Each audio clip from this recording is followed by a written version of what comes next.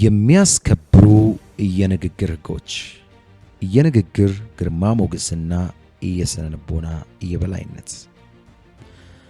ቃላቶቻችን እኛን የመገንባት ወይም የመገንደስ እጅግ አስደናቂ አቅም አላቸው። ብዙ ጊዜ ሰዎች ክብራቸውን የሚያጡት በገንዘብ እጥረት ወይም በማንነት ድክመት ሳይሆን ከአንደበታቸው በሚወጡ ቃላት ብልጫ አጠቃቀም ነው። ታላቁ የግሪክ ፈላስፋ ሶቅራጠስ ወደሱ የመጣውን አንድ ወጣት እንዲህ ብሎት ነበር። እንድመለከትህና ማንነትህን እንድረዳ እባክህ መናገር ጀምር። ይህ ማለት ምን ማለት ነው? አንድ ሰው ዝም እስካለ ድረስ ማንነቱ፣ ዕውቀቱና የውስጥ ስብዕናው በሚስጥር ተሸፍኖ ይቆያል። ነገር ግን አንደበቱን ከፍቶ መናገር ሲጀምር ውስጣዊ ክብሩን ወይ ወደ ሰማይ ከፍ ያደርገዋል ወይ ሙሉ በሙሉ መሬት ላይ ይረግጠዋል። ዛሬ የምንወያየው ስለ ተራ የሰዋሰው ህጎች አይደለም። ዛሬ የምናየው በማንኛውም ስብስብ ውስጥ፣ በስራ ቦታ፣ በማንኛውም የንግድ ስራ፣ የግል ግንኙነት ውስጥ ሰዎች እንዲያከብሯችሁ ፍጹም አክብሮትና ተሰሚነት የሚያመጣውን የንግግር ግርማ ሞገስ ክህሎት ነው። እነዚህ 20 የሚያስከብሩ የንግግር ህጎች በሕይወታችሁ ላይ ስትተገብሯቸው ሰዎች ለእናንተ ያላቸው አመለካከት በአንድ ጀንበር ይቀየራል። ለዚህ ቻናል አዲስ ከሆኑ ሰብስክራይብ በማድረግ ቪዲዮ ደግሞ ለብዙ ሰዎች እንዲደርስ ላይክ እና ሼር በማድረግ ወደ ውስጥ እንዝለቅ። 20 የሚያስከብሩ የንግግር ህጎች። አንደኛ፣ የንቁ አድማጭነት ስነ ልቦና The psychology of active listening። አብዛኛው ሰው በንግግር ውስጥ ትልቁ ስህተቱ ለመረዳት ሳይሆን ምላሽ ለመስጠት ብቻ ማዳመጡ ነው። ሌላው ሰው ተናግሮ እስኪያበቃ ድረስ በአእምሮ ውስጥ የሚቀጥለውን መልስ ያዘጋጃል። ይህ የደካማና የራስ መተማመን የሌለው አእምሮ ምልክት ነው። ሰዎች ታላቅ ተናጋሪዎችን አይወዱም። ይልቁንስ በጥልቀት የሚያደምጧቸውን ሰዎች ያከብራሉ። አንድ ሰው ሲያወራ ጣልቃ ሳትገባ ሐሳቡን ሳታቆራርጥ በአይን እያየኸው በጥንቃቄ ስታደምጠው ለዛ ሰው ዋጋ እንዳለህ እያረጋገጥክለት ነው። ይህ ኢሞሽናል ቫሊዴሽን ይባላል። በቅዱሱ መጽሐፍ ላይ እንዲህ ተብሎ ተጽፏል። በነገር ብዛት ውስጥ ስህተት አይታጣም፣ ከንፈሩን የሚገታ ግን ብልህ ነው። በነገር ብዛት ውስጥ ስህተት አይታጣም፣ ከንፈሩን የሚጠብቅ ግን ብልህ ነው ይላል። በንግግር ጊዜ ሌላው ሰው ሐሳቡን ሙሉ በሙሉ ጨርሶ ቢያንስ ለ3 ሰከንዶች ያህል ጸጥ እስኪል ድረስ ምላሽ ለመስጠት አትቸኩል።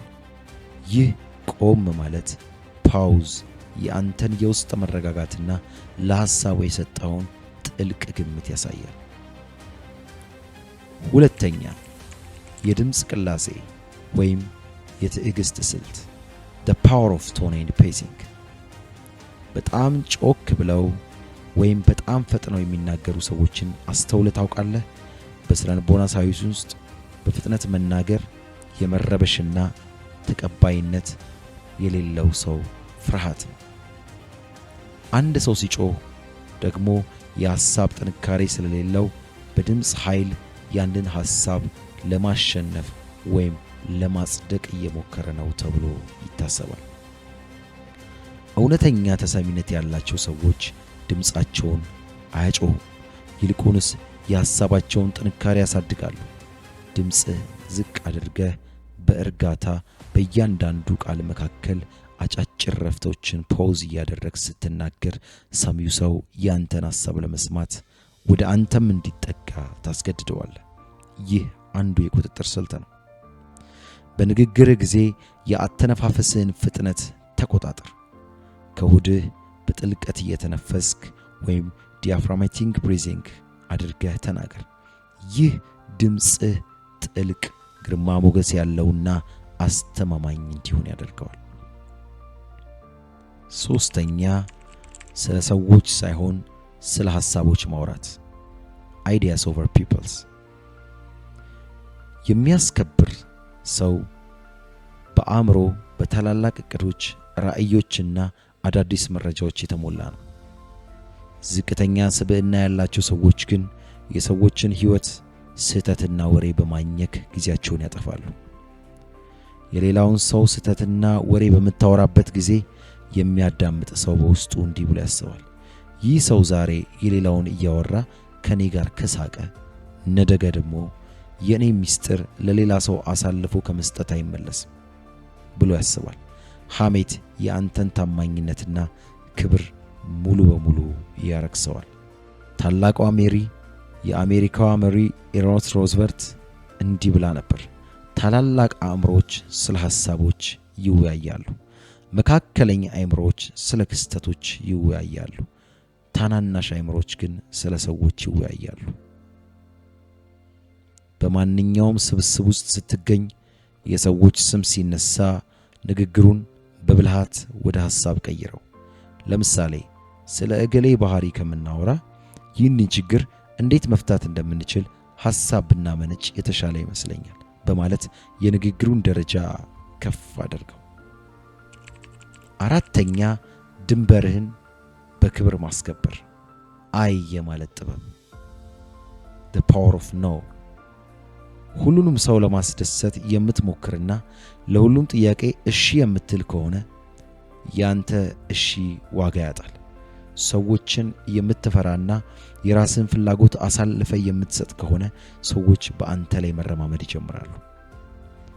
ያንተ አይሆንም የሚለው ቃል ግን ለአንተ እሺ ዋጋ የሚሰጠው ትልቅ ዋጋ ነው። ድንበርህን በንግግር ስታስከብር ሰዎች ያንተን ጊዜና ውሳኔ ማክበር ይጀምራሉ። የማይመችህን ወይም ከእሴት ጋር የማይሄደውን ነገር ስትጠየቅ ረጅም ማብራሪያ ምክንያት ሳትደረድር በአክብሮት ውድቅ አድርገው። አይ ዛሬኮ ቢሮ ስራ በዝቶብኝ ከዛ ደግሞ እህቴ ስትመጣ ስለሆነ መሰለኝ ይቅርታ በእውነት ሌላ ጊዜ ምናምን እያልክ መቀባጠርን አቁምና ስላሰብክልኝ አመሰግናለሁ፣ ነገር ግን ዛሬ በዚህ ጉዳይ ላይ መሳተፍ አልችልም። ያለምንም ጥፋተኝነት ስሜት በፈገግታና በጽናት ተናገር። ያ አንዱ የሚያስከብር የንግግር ሕግ ነው። አምስተኛ የቃላት ታማኝነት፣ የሰውየው እውነተኛ ፊርማ keeping the word። አንድ ሰው ክብሩን የሚገነባው በሀብቱ ሳይሆን በቃሉ ታማኝነት ነው። ቃልህን በቀላሉ የምታጠፍ ከሆነ ሰዎች ያንተን ንግግር እንደ ንፋስ ወሬ አድርገው መቁጠር ይጀምራሉ። ቃልህን ስትጠብቅ በአድማጮችህ አእምሮ ውስጥ የደህንነትና የአስተማማኝነት ስሜት ወይም predictable security ትፈጥራለህ። ያኔ ሰዎች በአንተ ላይ ያላቸው እምነት ፍጹም ይሆናል። ልታደርገው የማትችለውን ነገር በስሜት ተገፋፍተህ ቃል አትግባ። አደርገዋለሁ ካልክ ግን ምድር ብትደፋ እንኳን ያንን ነገር ለመፈጸም ተንቀሳቀስ። ቃልህ የአንተ ስብዕና ማህተም ነው። 6 ለማያውቁ ነገር ወይም ለማታውቀው ነገር አላውቅም የማለት ድፍረት intellectual humility። ሁሉንም ነገር አውቀዋለሁ የሚል ሰው በሰዎች ዘንድ ይናቃል። በማታውቀው ርዕስ ላይ ባልተረጋገጠ መረጃ ላይ ለመከራከር መሞከር ድንቁርናህን በይፋ ማወጅ ይባላል። እውነተኛ ዕውቀት ያለው ሰው የራሱን ውስንነት ያውቃል። በዚህ ጉዳይ ላይ በቂ ዕውቀት የለኝም ግን ለማወቅ እጥራለሁ ብሎ መናገር ታላቅ በራስ መተማመንና የአእምሮ ብስለትን ያሳያል። በማታውቀው ርዕስ ላይ ውይይት ሲነሳ ከመናገር ይልቅ ጥያቄዎችን ጠይቅ። በጣም የሚስብ ሐሳብ ነው፣ ከዚህ ርዕስ ላይ የበለጠ ልታብራራልኝ ትችላለህ በማለት ሌላውን ሰው ጋብዝ። ይህ የአንተን የመማር ፍላጎትና ብልሃትህን ያሳያል። 7ኛ በቁጣ ጊዜ ዝምታን ምረጥ። the 5 second emotional shield። ቁጣ ስሜትን ሲቆጣጠረው አእምሮ መስራት ያቆማል። በንዴት ጊዜ የሚነገሩ ቃላት አብዛኛውን ጊዜ የመርዝ ፍላጻዎች ናቸው። ከተናገርካቸው በኋላ መልሰ ልትሰበስባቸው አትችልም። ጸጸቱ ግን ለዘላለም ይኖራል። በንዴት ጊዜ መልስ አለመስጠት ማለት ድል ማድረግ ማለት ነው። ሌላው ሰው ሊያናድድ ሲሞክር ስሜትን መቆጣጠር በእነሱ ላይ ትልቅ ስለልቦናዊ ድንጋጤን ይፈጥራል። በመጽሐፈ ምሳሌ 16:32 ላይ እንዲህ ይላል፣ ትዕግስተኛ ሰው ከኃያል ሰው ይሻላል፣ መንፈሱን የሚገዛ ከተማን ከሚወስድና ከሚገዛ ይበልጣል ይለናል። አንድ የሚያበሳጭ ነገር ሲገጥምህ ከመናገር በፊት ለ5 ሰከንዶች ያህል ዝም በል። በጥልቀት ተንፍስ። አእምሮ ከስሜት ወደ አእምሮአዊ አስተሳሰብ እንዲሸጋገር ጊዜ ስጠው። ከዚያም ይህንን ጉዳይ በኋላ ብንነጋገርበት ይሻላል በማለት ንግግሩን በክብር አቋርጥ። 8ኛ ራስን ከመጠን በላይ አለማሞጋገስ። ሌት ዩር አክሽን ስፒክ። ስለ ራስህ ስኬት፣ ስለ ገዛኸው ዕቃ፣ ስላገኘኸው ዕውቅና በራስህ አንደበት ደጋግመህ የምታወራ ከሆነ ሰዎች በአንተ መታበይ ይረበሻሉ። ራስን ማሞጋገስ የውስጥ ባዶነትና የሰው አድናቆት ፍለጋን ያሳያል። ትቢያ እንጂ ብርሃን ራሱን አያሞጋግስም፣ ራሱ ያበራል። የአንተ ስኬትና መልካምነት እውነት ከሆነ ሰዎች ራሳቸው ያዩታል። ሌሎች ሰዎች ስለ አንተ ሲናገሩ እሴቱም የላቀ ይሆናል። ሰዎች ስለ ስኬት ሲጠይቁ በትህትና እና ሌሎችን በማመስገን መልስ ስጥ። ይህ ስኬትን እንዳገኝ የቡድኔ አባላትና የፈጣሪ ይገዛ ትልቅ ነበር በማለት የጋራ አድርገው። ይህ የአንተን የልብ ስፋት ያሳያል። 9ኛ የሰዎችን ሚስጥር መጠበቅ። The value of trust። አንድ ሰው በሚስጥር ያጫወተህን ነገር ለሌላ ሶስተኛ ሰው አሳልፈ ስትሰጥ በአንድ ጀንበር ያንተን ዋጋ ወደ ዜሮ ታወርደዋለህ። ታማኝነት እንደ መስታወት ነው። አንዴ ከተሰበረ መልሶ ማጣበቅ አይቻልም። ሚስጥር ጠባቂ መሆንህ ሰዎች በአንተ ላይ ያላቸው እምነት ፍጹም ያደርገዋል። አንድ ሰው ሚስጥር ሲነግርህ ያንን መረጃ በአእምሮ ውስጥ ቆልፈህ ወርውረው። ምንም ያህል ብትቀራረቡም እንኳን የዛን ሰው ታሪክ ለሌላ ሰው፣ ለቅርብ ጓደኛም፣ ለሚስትም በጣም ከዛም በላይ ለቀረበ ሰው ማሳወቅ የለብህ። በፍጹም አታውራ። እምነት ትልቁ የማህበራዊ ህይወት ካፒታል ነው። 10ኛ በአክብሮት ያለመስማማት ጥበብ። አግሪ ዌዝ ዲስአግሪ። ከአንድ ሰው ጋር በሐሳብ አለመስማማት መብት ነው። ነገር ግን አለመስማማትን የምትገልጽበት መንገድ የአንተን የስብዕና ደረጃ ያሳያል። ሰዎችን በማጥቃት መከራከር የደካሞች ስልት ነው። የሰውን ክብር ሳይነኩ ሐሳቡ ላይ ብቻ በአክብሮትና በሎጂክ መከራከር መቻል ታላቅ የአእምሮ ስልጣኔን ያሳያል። ንግግርህን ስትጀምር እንዲህ በል፣ ሐሳብህን በሚገባ ተረድቼዋለሁ። በጣም የሚስብ እይታ ነው ያለ። ነገር ግን እኔ ጉዳዩን ከዚህ አንግል ስመለከተው በማለት ሐሳብህን አቅርብ እንጂ ሰዎችን ማንኳሰስ፣ ሰዎችን ማጥላላት፣ በሰዎች ፊት ለማሸማቀቅ መሞከር አንተ ትንሽ መሆንን ያሳያል። ሰውን ሳታሳንስ በሐሳብ ላይ ብቻ ተወያይ። 11ኛ አለማማረርና የቅሬታ መርስ ማቆም። The rule of zero complaining። በየቀኑ ስለ ኑሮ ውድነት፣ ስለ አየር ጸባይ፣ ስለ መንግስት፣ ስለ ትራፊክ ወይም ስለ ትናንሽ ህይወት ፈተናዎች የሚያማርሩ ሰዎችን አስተውለህ ታውቃለህ? በስነ ልቦና ሳይንስ ውስጥ ማማረር ስሜታዊ ተላላፊ በሽታ ወይም ኢሞሽናል ኮንቴሽን ተብሎ ይጠራል። ያለማቋረጥ የምታማረር ከሆነ ሰዎች ሳያውቁት አንተን መራቅ ይጀምራሉ። ምክንያቱም የአንተ መገኘት አእምሯቸውን በጭንቀትና በኔጌቲቭ ጉልበት እንደሚሞላው በውስጥ ታዋቂነት ይረዱታል። የሚከበሩ ሰዎች የሚያወሩት ስለ ችግሩ መፍትሄ ሳይሆን ስለ መፍትሄው ነው። ማማረር ምንም ነገር አይቀይርም። ይልቁንስ የአንተን አቅም አልባነት፣ ተስፋ መቁረጥነት ለዓለም በይፋ ማወጅ ነው። ታላቁ የስቶይዝም ፈላስፋ ማርከስ አውሬሊየስ እንዲህ ብሎን ነበር፣ በህይወት ውስጥ የሚያጋጥምህ ማንኛውንም ነገር ሊሸከሙት የሚችሉት ወይም የማይችሉት ነው። ሊሸከሙት የሚችሉት ከሆነ እንግዲያውንስ በትዕግስት እለፈው፣ ማማረርህን አቁም። ሊሸከሙት የማይችሉ ከሆነ ደግሞ ለፈጣሪ ስጠው ይለናል።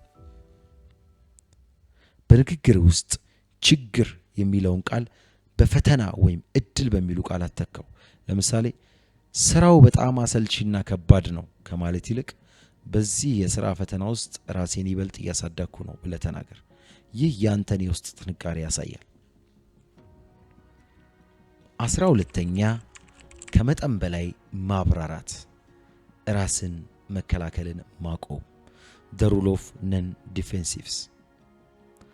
ብዙ ሰዎች አንድ ስህተት ሲሰሩ የራሳቸውን ውሳኔ ሲያሳውቁ ከመጠን በላይ ለማስረዳትና ራሳቸውን ለመከላከል ሲንተባተቡ ይታያሉ። ለምሳሌ በአንድ ስብሰባ ላይ ሲረፍድባቸው የትራፊክ መጨናነቁን፣ የሰዓት መበላሸቱን፣ የቤተሰብ አባላት ችግር ውስጥ በረጅም ቦታ ላይ እንደነበሩ ብቻ ረጅም የሆነ ማብራሪያ ያጥለቀልቃሉ። ይህ ከመጠን በላይ የሆነ ማብራራት የጥፋተኝነት ስሜትና ፍርሃታቸውን ያሳያል። በድርድርና በስነ ልቦና ሳይንስ ውስጥ ከመጠን በላይ የሚያብራራ ሰው ሁልጊዜ በሌላው ሰው ቁጥጥር ስር ይወድቃል የሚል ሕግ አለ። ቃላትን ስታበዛ የራስን ድንበር እያላላህ ነው። በራሱ የሚተማመን ሰው ውሳኔው ወይም ስህተቱን በአጭርና ግልጽ በሆነ አማርኛ ይናገራል። አንድ ስህተት ስትሰራ ረጅም ማብራሪያ ሳትሰጥ ኃላፊነትን መውሰድ አለብህ። አንዳንድ ደካማ ሰዎች ግን ንግግራቸውን ሲያቀርቡ እንደዚህ ያቀርባሉ። እባክህን ይቅርታ፣ ትናንት ማታ ስልኬ ቻርጅ ዘግቶብኝ ከዛ ደግሞ ኢንተርኔቱ አልሰራ ብሎኝ መልእክቱን ያየሁት ገና ጠዋት ነበር ምናምን። አያስፈልግም። ይሄ የሚያስከብርህን አባባል ልንገርህ። መልእክት ዘግይቶም ቢሆን ደርሶኛል፣ ስህተቱ የኔ ነው፣ አሁን ጉዳዩን እንጀምረው። ይህ አቀራረብ ለአንተ ከፍተኛ ግርማ ሞገስና አስተማማኝነትን ይሰጣል። እስካሁን ቻናሉን ሰብስክራይብ ካላደረግ አሁንም ለዚህ የለውጥ ቻናል ቤተሰብ እንድትሆን በአክብሮት ጋብዛለሁ። ቪዲዮ ለብዙ ሰዎች እንዲሄድ ቻናሉን ሼር፣ ላይክ በማድረግ ቪዲዮ ለብዙ ሰዎች እንዲደርስ ማድረግ ትችላላችሁ። 13ኛ ሰዎችን በአደባባይ የማሞገስ ብልጠት። ሰዎችን የመምራትና የማስገበር ትልቁ ጥበብ ይህ ነው። ደካማ ሰዎች የሌሎችን ስህተት በአደባባይ በመናገር ራሳቸውን የበላይ ለማድረግ ይሞክራሉ። ይህ ግን ፈጽሞ የተሳሳተ ነው። ይህ ግን ሰዎችን ከማራቅና ጠላት ከማፍራት ውጪ ምንም አይተርፈንም። አንድ ሰው በብዙ ሰው ፊት ስትተቸው ያ ሰው የሚማረረው ነገር አይኖርም። ይልቁንስ ሙሉ በሙሉ ራሱን ወደ መከላከልና አንተን ወደ ማጥቃት፣ አንተን ወደ መጥላት ይሸጋገራል። ነገር ግን ያንኑ ሰው ብቻውን አግኝተህ በጥሩ ባህሪው ከጀመርክ በኋላ ስህተቱን ስታረመው ለአንተ ያለው አክብሮት በብዙ እጥፍ ይጨምራል። በቅዱስ ቃሉ ላይ ለሚሰሙት ጸጋን ይሰጥ ዘንድ እንዲያስፈልግ ለማነጽ የሚጠቅም መልካም ቃል እንጂ ክፉ ቃል ከአፋችሁ ከቶ አይውጣ ይላል። አንድን የቅርብ ጓደኛህን ወይም የሥራ ባልደረባህን መገሰጽ ካለብህ መጀመሪያ የሰራቸውን 3 ጥሩ ነገሮች ጥቀስ። ከዚያም ይህን ነገር ደግሞ በዚህ መልኩ ብታስተካክለው ይበልጥ ስኬታማ ይሆናል ብለህ በለስላሳ ቃል አስረዳው። 14ኛ የሰላ ወይም ስልታዊ ቀልዶችን ተጠቀም። ዘ ሎው ኦፍ ሃይ ስታተስ ሆመርስ። ሳቅና ቀልድ በማህበራዊ ግንኙነት ውስጥ ትልቅ ድልድይ ናቸው። ነገር ግን ሁሉም ቀልድ አያስከብርም። ብዙ ሰዎች ተቀባይነትን ለማግኘት ሲሉ ራሳቸውን ዝቅ የሚያደርጉ ወይም ሰዎች ፊት የሚያንኳስሱ ርካሽ ቀልዶችን ይናገራሉ። ይህ የንግግርህን ክብደት ሙሉ በሙሉ ጭራሽ ያጠፋዋል። የሚያስከብር ሰው ቀልድ ሲቀለድ ግን ራሱን ዝቅ አያደርግም ወይም ሌሎችንም አያኮስስም። ይልቁንስ ሁኔታዎችን በጥበብና በምልከታ የማሳቅ ችሎታ አለው። አትቀልድ። በማንነትህ፣ በውጫዊ ቁመና፣ በድክመትህ ላይ ሰዎች እንዲስቁ አትፍቀድ። እኔ እኮ ደደብ ነኝ፣ እኔ እኮ ምንም አይገባኝም የሚሉ ቀልዶችን በንግግር ውስጥ በፍጹም አስወግድ። ቀልድህ በአስተያየትህና በዙሪያ ባሉ አስቂኝ ክስተቶች ላይ ብቻ ያተኮረ ይሁን። ይህ የአንተን ከፍተኛ ማህበራዊ ንቃት ወይም ሶሻል ኢንተለጀንስ ያሳያል። 15ኛ ጥያቄዎችህን በጥበብ የመጠየቅ ጥበብ። The art of asking power question። በንግግር ውስጥ ትልቁ ባለስልጣን ብዙ የሚያወራው ሳይሆን ትክክለኛውን ጥልቁን ጥያቄ የሚጠይቀው ሰው ነው። ሰነፎች ሁል ጊዜ መልስ ለመስጠት ይሮጣሉ፣ ብልሆች ግን ውይይቱን በጥያቄዎቻቸው ይመሩታል ይባላል። ሰዎች ስለ ራሳቸው ህይወት፣ ሐሳብና ስኬት ማውራት ይወዳሉ። አንተ ጥልቀት ያላቸውን ክፍት ጥያቄዎችን ወይም ኦፕን ኢንዲድ ኩዌሽኖችን ስትጠይቃቸው ያለምንም ጥረት የንግግሩ መሪ ትሆናለህ። እነሱ ስለ ራሳቸው በሰፊው ያወራሉ። አንተ ግን በጥንቃቄ መረጃዎችን መሰብሰብ ትችላለህ። ታላቁ የፈረንሳይ ፈላስፋ ቮልቴርስ እንዲህ ብሎ ነበር፣ አንድን ሰው መመዘን ያለብህ በሚሰጣቸው መልሶች ሳይሆን በሚጠይቃቸው ጥያቄዎች ጥልቀት ልክ ነው ይላል። አየህ፣ ከማንኛውም ሰው ጋር ስትነጋገር እንዴት ነህ ወይም ስራ ጥሩ ነው ከሚሉ አሰልቺ ጥያቄዎች ውጣና በምትኩ እንዲህ አይነት ጥያቄዎችን ጠይቅ። በአሁኑ ሰዓት በጣም ትኩረት ሰጥተህ እየሰራህበት ያለው ትልቁ ፕሮጀክት ምንድን ነው? ወይስ በዚህ ስኬት ላይ ለመድረስ ትልቁ ፈተና ምን ነበር? ይህ አቀራረብ ንግግርህ እጅግ ከፍ ባለ ደረጃ ያስቀምጠዋል። 16ኛ የአካል ቋንቋና የአይን ንክኪ ስምምነት ወይም ነን ቨርባል ኮሚኒኬሽን። ቃላቶቻችን የሚናገሩት ከጠቅላላው የንግግር ግንኙነታችን ውስጥ 7% ብቻ እንደሆነ ታውቃለህ? ቀሪው 93% የሚወሰነው በአካል ቋንቋችን ወይም ቦዲ ላንጉጃችን ነው። በድምጻችን ቅላጼ የምትነግረውን ቃል ምንም ያህል ጠንካራ ቢሆን አካልህ ግን በፍርሃት የሚርበደበድና ትከሻ እየጎበጠ አይኖች መሬት እያዩ ከሆነ ሰዎች ንግግርን በፍጹም አያምኑትም።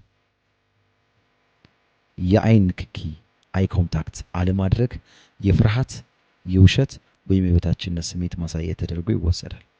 አንድ ሰው አይን ለአይን በትኩረት እያየ ስትናገር የምታስተላልፈው መልእክት እውነትና በፍጹም በራስ መተማመን የተሞላበት መሆኑን ለአንጎላቸው ትነግረዋለህ።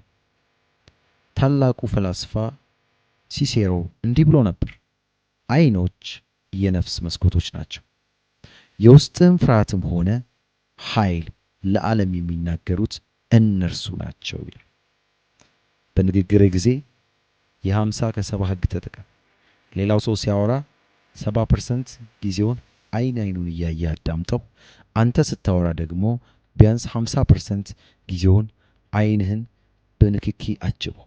ትከሻህን ዘርጋ፣ ደረትህን ቀና አድርግ። ይህ ዝም ብለህ እንኳን ስትቆም ትልቅ ግርማ ሞገስ ይሰጣል። 17ኛ አላስፈላጊና ከንቱ ቃላትን አስወግድ። eliminating fillers words and the power of silence። በምትናገርበት ጊዜ በየመሃሉ ያው እንግዲህ ምንድነው ማለት እያልክ ደጋግመህ የምትጠቀም ከሆነ ንግግርህ የመሰላቸትና በአስተሳሰብ ውስጥ የመረበሽን ስሜት ይፈጥራል። እነዚህ ቃላት ፊለር ወርድስ ወይም ቦታ ምላጭ ይባላሉ። አእምሯችን ቀጣዩን ሐሳብ እስኪያመነጭ ድረስ ባዶ ቦታውን ለመሙላት የምትጠቀማቸው እነዚህ የድክመት መገለጫዎች ናቸው። በሚያስከብሩ ሰዎች ዘንድ ባዶ ጸጥታ ወይም ሳይለንስ ትልቅ መሳሪያ ነው። ቀጣዩን ሐሳብ እስክታገኝ ድረስ ካላስፈላጊ ቃላት ከመንተባተብ ይልቅ በንግግር መሃል ለ2 ሰከንዶች ያህል ዝም በማለት ተመልካቾቹን ወደ አድማጭ ይበልጥ በትኩረት እንዲጠብቅና እንዲጓጓ ታደርገዋለህ። ዝምታ የንግግርን ክብደት በእጥፍ ይጨምራል። ቀጣዩን ቃል ለማሰብ ስትፈልግ አፍህን ዝጋ። ድምፅህን ከማውጣት ይልቅ ትንፋሽ ውሰድ። ያንተ ቆም ማለት አድማጮች የተናገርከውን ሐሳብ በሚገባ እንዲያላምጡት ጊዜ ይሰጣቸዋል። 18ኛ የግል ጥቃቅን ወይም የግል ጥቃትህን በከፍተኛ ጥቃት ማለፍ። The arts of diffusing personal attack። አንዳንድ ሰዎች ሆን ብለው በአደባባይ ሊያዋርዱ፣ ሊያናድዱ ወይም ክብርህን የሚነካ አስተያየት ሊሰነዝሩብህ ይችላሉ። ደካማ ሰዎች በዚህ ጊዜ ወዲያው ይቆጣሉ፣ መሳደብና ራስ መከላከል ይጀምራሉ። ይህን ስታደርግ ግን የጠላትን ወጥመድ በላይ ላይ ዘረጋ ማለት ነው። ጠላት የፈለገውም አንተን ከቁጥጥር ውጪ ማድረግ ነበር፣ ተሳካለት። አንተንም ያንን ስልጣን በነጻ ሰጠው። አንድ ሰው የግል ጥቃት ሲሰነዝርብህ አንተ ሙሉ በሙሉ ፈገግ በልና ተረጋግተህ ስትመለከተው ጥቃቱን ወደ ባለቤቱ ትመልሰዋለህ። የአንተ መረጋጋት አጥቂውን ሰው እንደ ሞኝ አነስተኛ አድርጎ በአደባባይ ያሳየዋል። ውሻ ሲጮህብህ አብረህ ብትጮህ ውሻው ወደ አንተ ደረጃ አልወረደም፣ አንተ ነው ወደ ውሻው ደረጃ የወረድከው። አንድ ሰው ሊያቆስል ሲሞክር ለአፍታ ዝም ብለህ በትኩረት ተመልከተው። ከዚያም በጣም በረጋና ቀስ ባለ ድምፅህን ዝቅ አድርገህ እንዲህ በለው፣ ዛሬ ጥሩ ቀን እያሳለፍክ አይመስለኝም። ሁሉም ነገር ሰላም ነው? ወይም በፈገግታ ይህ የአንተ የግል አስተያየት ነው፣ ስላጋራኸኝ አመሰግናለሁ በለው። ውይይቱን ዝጋው። ይህ አቀራረብ በእውነት ያስከብርሃል። 19ኛ ምስጋናን በጸጋና በክብር የመቀበል ጥበብ። The grace of receiving compliments። ብዙ ሰዎች ሲያሞጋግሱን ወይም ሲያመሰግኑን የምንሰጠው ምላሽ ክብራችንን ይወስነዋል። አንዳንድ ሰዎች የውሸት ትህትና ለማሳየት ሲሉ ራሳቸውን ያንኳስሳሉ። ለምሳሌ ምንም እኮ አይደለም፣ እንዲሁ በአጋጣሚ ነው፣ ያነሰኝ እኮ ነው፣ እንደዚህ እኮ ያንሰኛል፣ አይ አንተ እንደምታስበው መስሎ ነው ይላሉ። ሌሎች ሰዎች ደግሞ በትዕቢት ተነፍተው ሰውን ዝቅ ማድረግ ይጀምራሉ። ሁለቱም ትልቅ ስህተት ነው። ምስጋናን በጸጋ መቀበል አለመቻል ለራስ ያለህን ዝቅተኛ ግምት ወይም ሎ ሰልፍ ስቲም ያሳያል።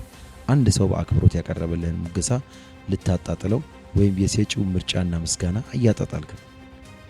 አንድ ሰው ስለ መልካም ስራ፣ ስለ ውበት ሲያደንቅልህ ረጅም ሰበብ ሳትደረድር ፈገግ በል። አይኑን እያየህ በጥልቀት እንዲበለው፣ በጣም አመሰግናለሁ፣ ይህን ካንተ መስማት ትልቅ ደስታ ይሰጠኛል። ሌላ ምንም ቃል አትጨምር። ይህ ያንተን የውስጥ ኩራትና የአእምሮ ብስለት በእውነትም በራስ እንደምትተማመን ያሳያል። 20ኛ በጊዜ የመሰነባበትና ንግግርን በከፍታ የማቆም ጥበብ። The law of scarcity timely departures። በማንኛውም ማህበራዊ ስብስብ ውስጥ ትልቁ ስህተት ተናፍቆት እስኪያልቅ ድረስ መቆየት ነው። አንድ ቦታ ላይ በጣም ረጅም ሰዓት ስትቆይ ወይም በውይይት መሃል ወሬው አልቆ ዝምታ እስኪነግስ ድረስ ስትቀመጥ ያንተ የመገኘት ዋጋ ወይም ቫልዩ ይቀንሳል። ሮበርት ግሪን በመጽሐፉ ላይ እንዲህ ይለናል፣ የመገኘት ዋጋ እንዲጨምር ከፈለክ አለመኖርህን ተጠቀምበት። በንግግሩ መሃል ጉልበቱና ደስታው ከፍተኛ ደረጃ ላይ ኦን ዘ ሃይ ኖት ሳለ በጊዜ መሰናበትን ልመድ። ሰዎች አንተን እንዲራቡ ያደርጋል። ንግግሩ ሰልችቶ ሰውየው መቼ ይሄድ ይሆን እስኪሉ አትጠብቅ። ውይይቱ በጣም ደስ የሚል ደረጃ ላይ ያለ ሰዓትን አየት አድርግና በጣም የሚገርም ቆይታ ነበረን፣ እጅግ ደስ ብሎኛል፣ አሁን ግን መሄድ አለብኝ፣ ሌላ ጉዳይ ስላለብኝ መነሳት ይኖርብኛል በልና በፈገግታ ተሰናበት። ይህን ስታደርግ ሰዎች ሁልጊዜ የአንተን ዳግም መምጣት በጉጉት ይጠባበቃሉ። ውድ ተመልካቾቼ፣ የንግግር ህጎች የእናንተን ማንነት መገለጫዎች ናቸው። ቃላትህ የአንተን ህይወት ሊገነቡ ወይም ሊያፈርሱ ይችላሉ። ከዛሬ ጀምሮ አንደበትህን መግራት ጀምር። በዝምታ ውስጥ ጥበብ፣ በንግግር ውስጥ ደግሞ ግርማ ሞገስ ይኑርክ። ይህ ታላቅ ትምህርት ህይወትህን፣ ንግግርህን፣ ከሰዎች ጋር ያለህን ግንኙነት ሙሉ በሙሉ እንደሚቀይረው እምነት አለኝ። ይህ መረጃ ለብዙዎች እንዲደርስ አሁኑ ቪዲዮውን ላይክ አድርገው። ዛሬ አንደበትህን በክብር ለመምራት ከወሰንክ ከታች እንዲህ ብለህ ጻፍ፣ ቃላቶቼ የክብሬ መለኪያ ናቸው። እደግመዋለሁ፣ ቃላቶቼ የክብሬ መለኪያ ናቸው ብለህ ጻፍ። እንግዲህ እንዲህ አይነት ጥልቅና ህይወትን የሚቀይሩ የስነ ልቦና ትምህርቶችን በየሳምንቱ እንዲደርሱ ሰብስክራይብ በማድረግ የንቆቹ ቤተሰብ አካል መሆን ትችላለህ። አስታውስ፣ ንግግር ያንተ ግርማ ሞገስ ነው። በአግባቡ ተጠቀምበት። በከፍታ ላይ ሁን። ቸርን ሰንብት። አመሰግናለሁ። የእናንተ ምርጥ ቻናል ኢንስፓየር ጄኔሬሽን ነው።